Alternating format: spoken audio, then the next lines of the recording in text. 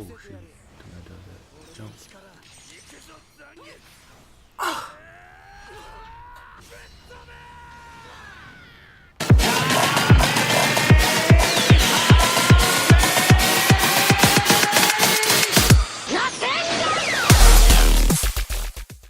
Alright guys, I'm just gonna get straight to the point, and that point is what 3 types of characters you need to use in order to ensure your victory in Jump Force. Now, a lot of you probably think you know, but don't quite understand the importance. You need a character that can rush, a character that can fight from long distances, and a character that can immobilize your enemies. Now you're probably wondering why you need those 3 types of characters, and I'm gonna tell you right now. You need a character that can rush because you don't want your enemies to push you. You don't want to get caught in an instance where your character will not get into your opponent in a timely manner.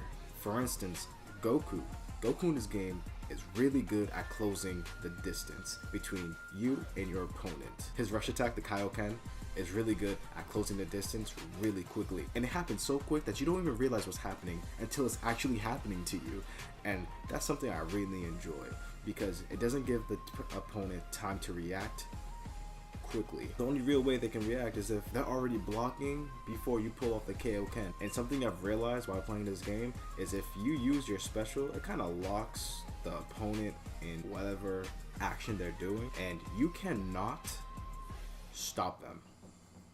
Like, it is an instant hit unless you've already been blocking beforehand. I run these 3 characters: Luffy, Rukia, and Goku. I use Luffy for that because his elasticity gives you that reach and kind of is really good at pushing back enemies. Plus, he's really easy to combo into using his Red Hawk. Now, I use Goku for the long range because his Kamehameha wave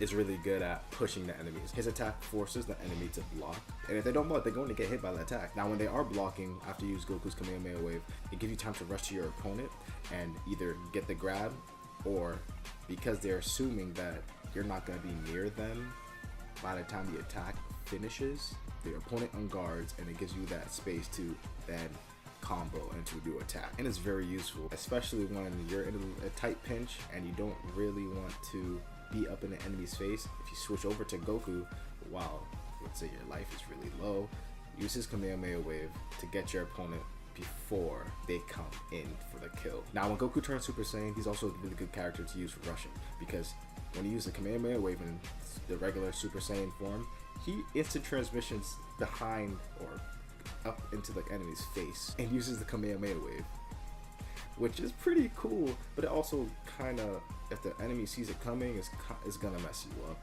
So just be wary about that. Now, thirdly, you need to use a character who immobilizes people because it's really easy to pull off combos and chain attacks when you immobilize your enemy. What I like to do, run all the way to the left or run all the way to the right, and I call out my support character, so the screen kind of already cuts them off from view, and your opponent can't see that. So with you running to either side of the screen and calling in your support as you're running, it has that element of surprise. So let's say you're using Goku, you run all the way to the other side of the screen, you can't see that he's there, and the opponent can't see that he's there, and you can rush towards your opponent, and they'll think that you're open, but really Goku's charging a Kamehameha wave in the corner and it's about to get you.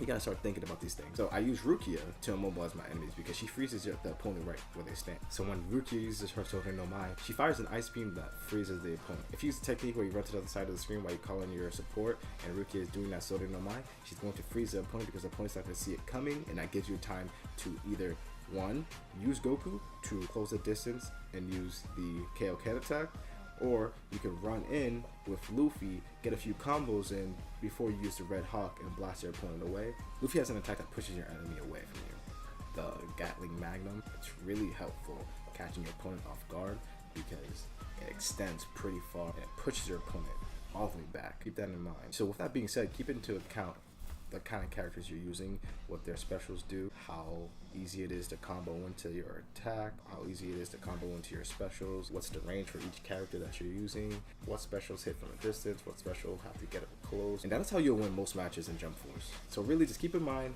what characters you use that can rush your opponent, what characters you can use that can close the distance or use long range attacks, and what character can immobilize your opponent. There is no game that you play where you don't want to freeze your opponent and get all those extra hits in before they even get up or recover and get you. So with that being said, It's your boy Dark Soul GX. Thanks for watching. Comment, like, subscribe. You know, do whatever you gotta do. I just hope you enjoyed the video, simply, or if my video was intuitive to you. I'm just glad I could give you some insight into what characters you should be using and how to best best your opponents. All right, thanks.